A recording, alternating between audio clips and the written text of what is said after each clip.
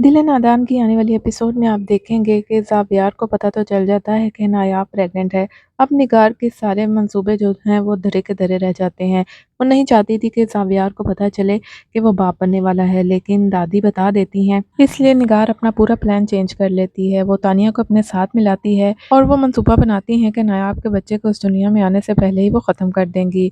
और तानिया तो एक लम्हा भी देर नहीं करती, वो फटाफट वो टैबलेट खरीदती है और काम वाली मासी के पास चली जाती है। उसे कहती है कि ये तुम्हारा न्यू टास्क है, तुमने ये टैबलेट किसी तरह भी नायाब को पानी या जूस में मिलाकर देनी है। काम वाली मासी परेशान हो जाती है क्योंकि बीजान ने उसको कहा था कि तुम नायाब से दूर रहो, अगर तुम मुझे अब नजर आई कि तुमने नायाब के मामलात में टांग अड़ाई है तो मैं तुम्हें इस नौकरी से निकाल दूंगी। लेकिन तानिया उसको बहुत बड़ी रकम की पेशकश करती है। वो लालच में आकर एक बार फिर से तानिया के साथ मिल जाएगी और नायाब के खिलाफ चाल चलेगी।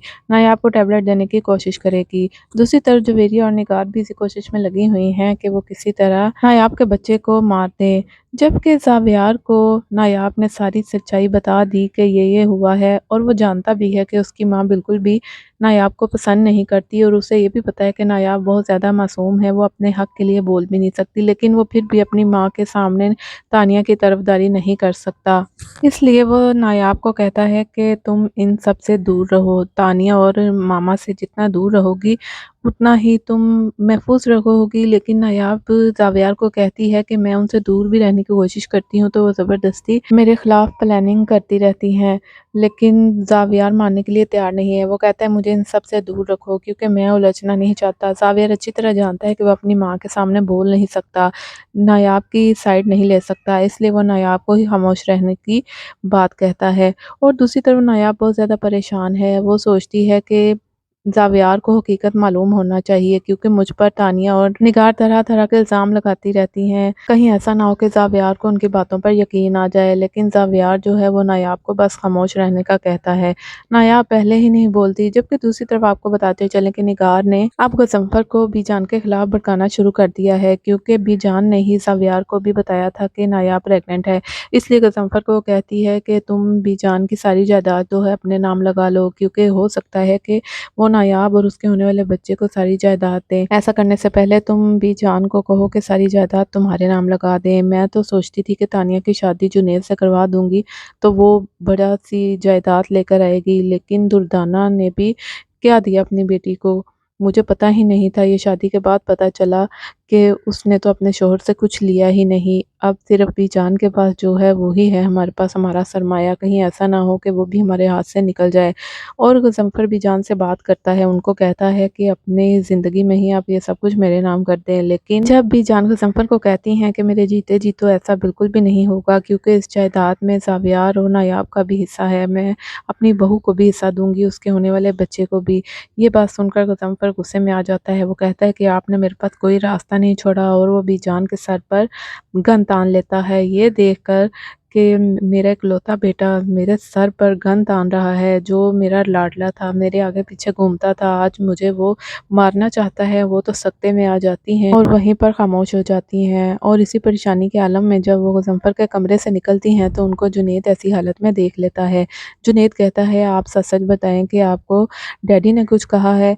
लेकिन वो क्या बताएं, बाप और बेटे के दरमियान वो दरारें नहीं डालना चाहती, वो खामोश रहती हैं। जुनैद को शक हो जाता है कि वाकई ही डैडी ने कुछ कहा है, जो बीजान की ये हालत है। जब वो देखता है कि बीजान उसे कुछ बता नहीं रही तो वो उनका हाथ पकड़ के अपने सर पर रख देता है और कहता है कि आपको कसम है मेरी, अगर आपने मुझसे झूठ बोला तो आप मेरी मरी हुई शक्ल देखेंगी। अब बीजान के पास कोई रास्ता नहीं कि वो जुनैद को सच बता दे, लेकिन वो नहीं चाहती कि बाप बेटे के दरमियान लड़ाई हो, इसलिए वो खामोश रहती हैं। क्योंकि इस घर में एक जुनैद ही है जो कि बहुत अच्छा है, दिल का बहुत साफ है और जो उनका बहुत ज़्यादा ख्याल करता है। वैसे तो ज़ावियार भी जान का बहुत ख्याल करता है, लेकिन वो सबके सामने खामोश रहता है, जबकि जुनैद सबके सामने स्टेप लेता है। इसलिए वो नहीं चाहती थी कि जुनैद मज़ीद अपने माँ बाप के ख़िलाफ़ हो। वो जानता है कि उसके माँ बाप कैसे हैं। दूसरी तरफ तानिया भी जुनैद के साथ बहुत ही बुरा सलूक करती है और जुनैद से कहती है कि जब वो नायाब की साइड लेता है तो कहती है कि मुझे तो शक है कि बच्चा ज़ावियार का नहीं बल्कि तुम्हारा है और तुम्हारी भाभी के साथ ताल्लुकात हैं। ये सुनकर जुनैद बहुत ज़्यादा गुस्से में आ जाता है और कहता है कि अपनी बकवास बंद करो, तुम्हें शर्म नहीं आती कि तुम अपने शोहर पर इल्ज़ाम लगा रही हो। تو تانیہ کہتی ہے کہ اگر تم چاہتے ہو کہ میں یہ بات سب کے سامنے نہ کروں تو مجھے طلاق دے دو، کیونکہ جنید چاہتا تھا کہ رشتہ نبھائے تانیہ کے ساتھ، لیکن تانیہ رہنا ہی نہیں چاہتی جنید کے ساتھ۔ اس نے صرف جنید سے شادی اسی لیے کی تھی کہ وہ زاویار کے قریب رہنا چاہتی تھی، وہ زاویار کو پانا چاہتی تھی، لیکن ایسا ہو ہی نہیں رہا کیونکہ اب نایاب ماں بننے والی ہے اور زاویار ایک بار پھر سے نایاب کی سائڈ پر ہو گیا ہے۔ وہ کبھی بھی طلاق نہیں دے گا اب نایاب کو، کیونکہ وہ باپ بننے والا ہے۔ اس وجہ سے تانیہ کے منصوبوں پر پانی پھر جاتا ہے، لیکن وہ بھی ہار نہیں مان رہی۔ وہ اب اس کے بچے کو ہی مروانا چاہتی ہے۔